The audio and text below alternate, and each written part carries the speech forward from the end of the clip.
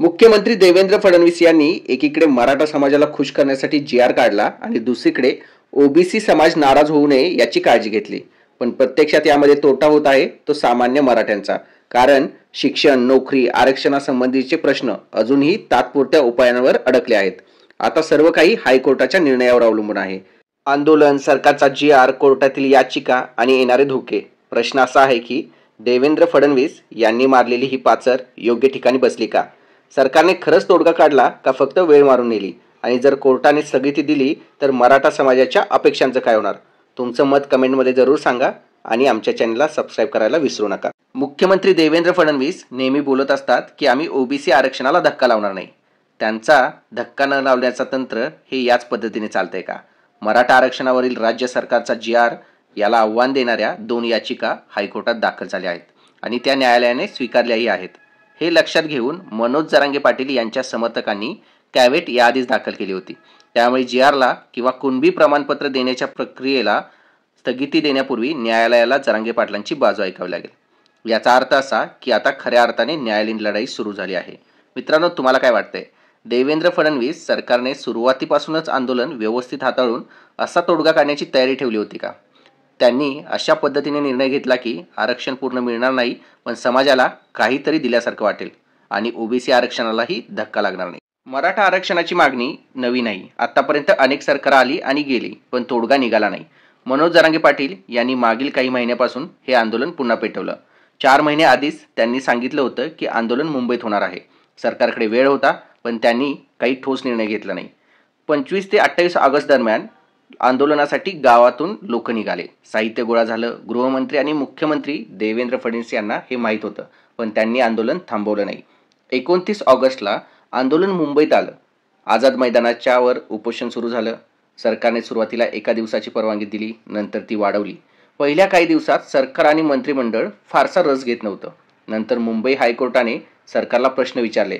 परवानगी कशी दिली? सुरक्षा कशी व्यवस्थापित करणार? त्यामुळे सरकार ॲक्शन मोडमध्ये आलं. विखे पाटलांच्या अध्यक्षतेखालील मंत्रिमंडळ उपसमिती जरांगे पाटलांना भेटायला गेली. त्यांच्या प्रमुख मागण्या मान्य केल्या आणि जी.आर. काढला. यात कुणबी नोंदी मिळवण्याची प्रक्रिया सोपी केली. जरांगे पाटलांनी आंदोलन मागे घेतलं आणि सर्व आंदोलक गावाकडे निघाले. देवाभाऊंनी मोठ्या प्रमाणात जाहिरात केली आणि सरकारने मागण्या मान्य केल्या आणि मराठा समाजाला न्याय दिला याबद्दलची जाहिरात ही मोठ्या प्रमाणावर झाली. पण इथेच पुढचा महत्त्वाचा टप्पा आला आहे. सरकारने जी.आर. काढल्यानंतर काही दिवसातच 2 याचिका मुंबई हायकोर्टात दाखल झाल्या आहेत. या याचिका जी.आर. कायदेशीर नाही, तो रद्द करावा या संदर्भात, तसेच कुणबी नोंदींचं वितरण थांबावं जोपर्यंत संपूर्ण पडताळणी होत नाही या संबंधीच्या याचिका दाखल केल्या आहेत. मित्रांनो, हायकोर्टाने या दोन्ही याचिका स्वीकारल्या आहेत. आता पुढच्या सुनावणीत कोर्टाने जर स्थगिती दिली तर संपूर्ण प्रक्रिया थांबू शकते. जर कोर्टाने स्थगिती दिली तर नव्याने कुणबी प्रमाणपत्र देणं थांबेल. आधी मिळालेल्या प्रमाणपत्रावर प्रश्नचिन्ह उभं राहू शकतं. विद्यार्थ्यांचे प्रवेश आणि नोकऱ्यांच्यासाठीचा कागदपत्र वैध ठरतील की नाही यावर गोंधळ निर्माण होईल. मराठा समाजात पुन्हा असंतोष वाढेल आणि आंदोलन पुन्हा पेटण्याची शक्यता आहे. मराठा विरुद्ध ओबीसी हा तणाव अजून वाढू शकतो. म्हणजे ज्या उद्दिष्टासाठी इतका मोठा लढा दिला गेला तेच पुन्हा लांबणीवर जाऊ शकतं. मराठा समाजासाठी काढलेल्या जी.आर. नंतर ओबीसी समाज रस्त्यावर उतरलाय. मोठमोठे ओबीसी नेते जे आता प्रस्थापित राजकारणी आहेत आणि त्याच पद्धतीनं नव्याने ओबीसींचं नेतृत्व करणारे काही नेते आंदोलनासाठी पुढे येत आहेत आणि त्यांच्या भाषणामधून तीव्र शब्दात मराठा समाजाबद्दल वक्तव्य केली जात आहेत. याचा परिणाम म्हणजे मराठा विरुद्ध ओबीसी हा संघर्ष आता महाराष्ट्रात दिसू लागलेला आहे.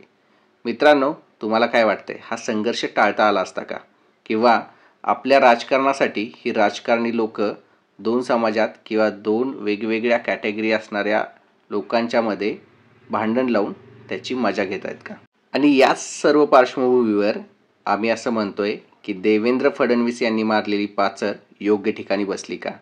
सरकारला खरंच तोडगा काढायचा होता की फक्त वेळ मारून न्यायची होती? मित्रांनो, कमेंट करून जरूर सांगा. आमच्या चॅनलला सबस्क्राईब करा.